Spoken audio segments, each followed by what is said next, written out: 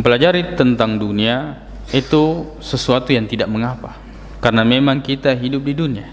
Kita butuh bekal tentang urusan dunia. Kita butuh makan, kita butuh minum.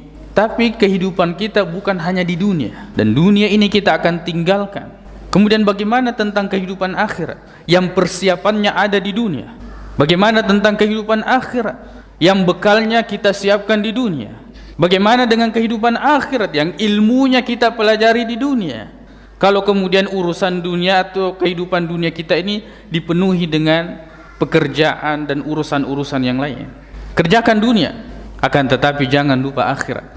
Sebab kita semua berjalan dan pasti menuju akhirat.